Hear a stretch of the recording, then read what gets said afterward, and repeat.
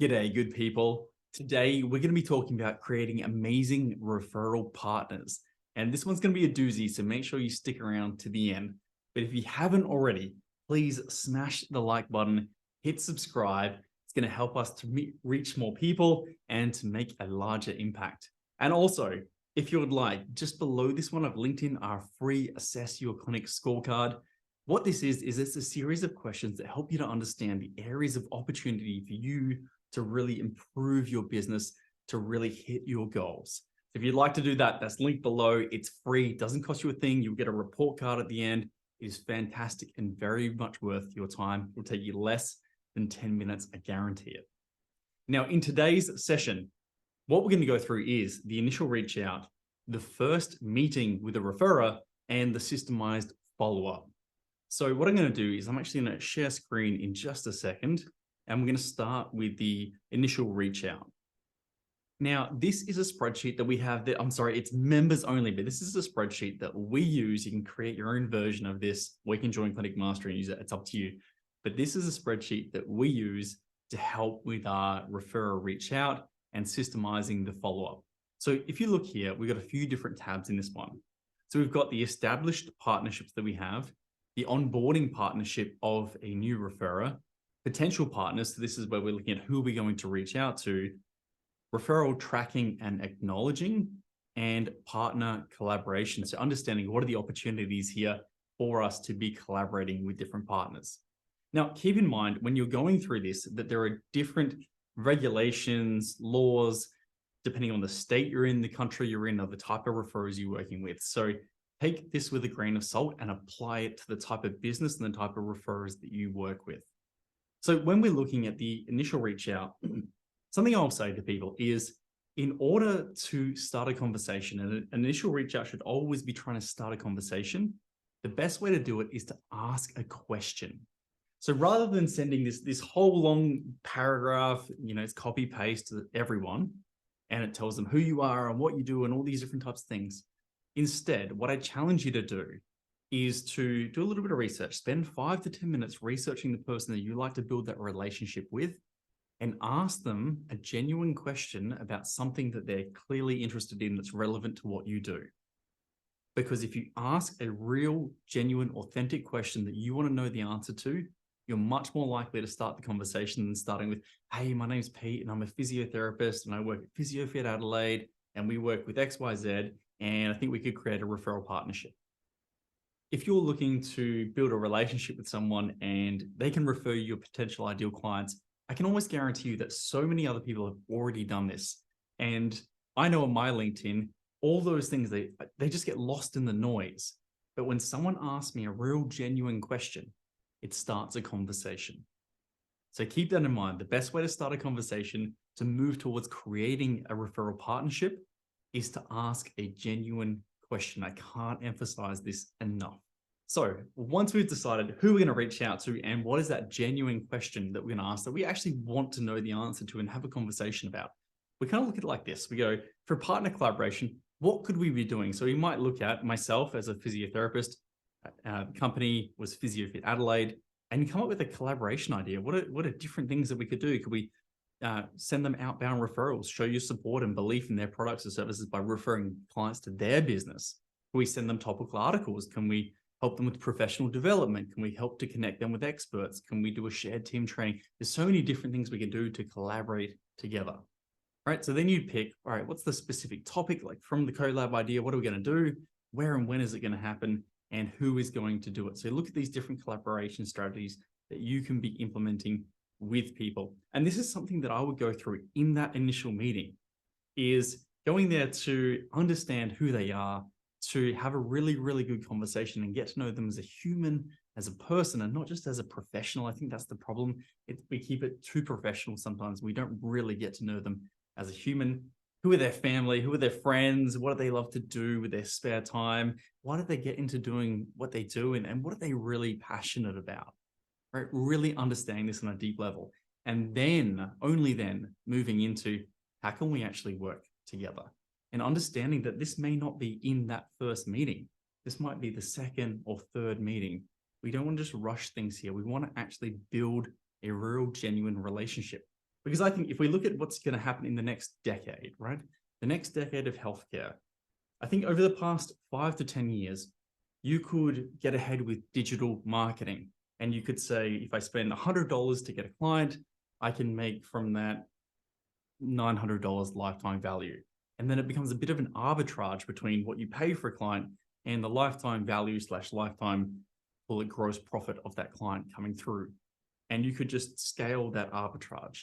But I think people are getting smarter. And I think people want to go somewhere that actually cares about them, that provides an amazing service. And so the people that are really going to succeed over the next decade in the 2020s are going to be the people that actually deliver really amazing services that get people results and that build goodwill with their referrers and their clients. And so I think that's what we really need to focus on, is how can we continue to build this goodwill over the long term? And rather than playing the short game, which still is necessary at times with the digital marketing and paid marketing, it's becoming more expensive though to get a client through paid marketing. So instead, focusing on building goodwill, delivering a fantastic service, and really making a difference and making an impact in people's lives. So once we understand how we're going to be able to collaborate, then we actually look at, all right, who are the potential partners? And so what you can put down here is, coming from left to right here, who could be this professional referrer? What profession are they? What company are they working in? What location? What's their mobile, email, website, et cetera, all the way across the mutual contacts. So who could you ask? This is important. Who could you ask to do an intro? It's much more powerful when someone does an intro for you than a cold reach out to someone. So keep that in mind. It's an important part of this process. Patience in mind. Do you have any patience that you share between the two of you? Again, a really powerful way to connect. And what problems can I solve for them? When we're looking to build referral partnerships, we always have to think, how can I add value to this person? How can I solve a genuine, real problem for them that they're aware of? Because in order to make a really powerful partnership, we need to really add a lot of value. No relationship that is just one way is ever going to really succeed. We need to make this a two-way relationship and really understand, how do we add value to them? And if you're going into these interactions, if you're going into these meetings thinking, how can I really add value to this person? You're much more likely to be successful rather than how much value can I extract from this person or this business. Keeping that in mind as well. Now, once you've got a couple of potential partners, you've done the initial meeting. Next, what we look at is, what is the onboarding process for a referral partner? Now, a lot of clinics actually skip this step, but I think it's absolutely essential to be getting right. So jumping across to here.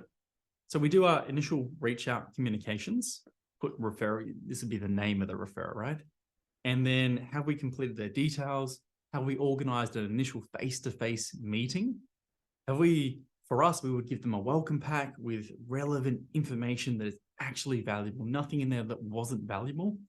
Actually attending the face-to-face meeting, giving them the welcome pack, a follow-up text just to say, hey, look, it was lovely to meet you today. Look, again, something genuine, reflecting on something that happened during that meeting, but following it up with a text within a few hours, a follow-up meeting booked in, and any relevant client updates. And if we've used their services, have we done a Google and Facebook review for this person?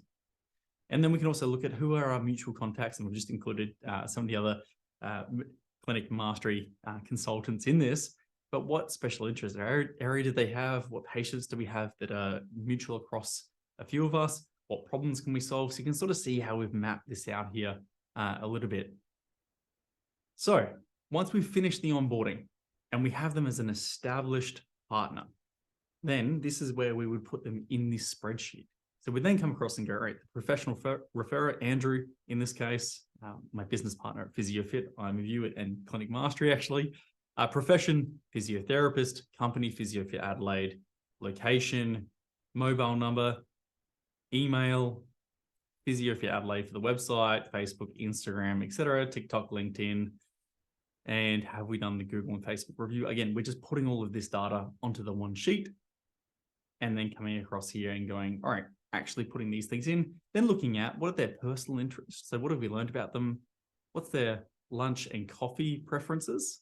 right? So when you go for a meeting, you already know ahead of time, maybe, oh, I'll get this person a cappuccino, almond cappuccino, whatever it may be, ahead of time. So it's little things that can make a difference. What's their favorite footy or sports team, partner and kids' names, any pets, etc.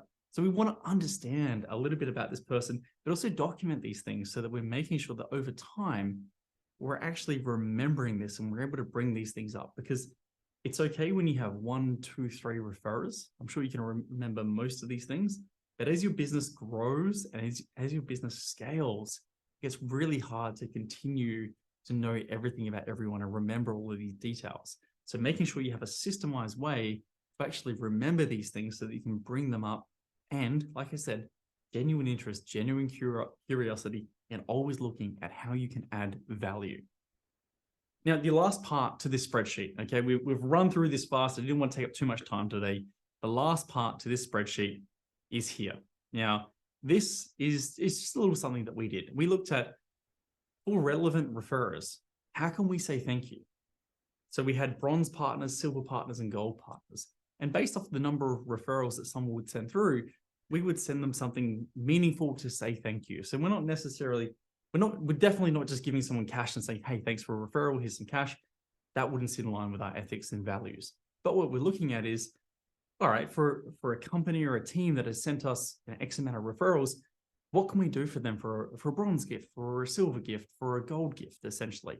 And a gift doesn't have to mean a physical gift, right? So it doesn't have to be, we send them a bottle of champagne or something like that.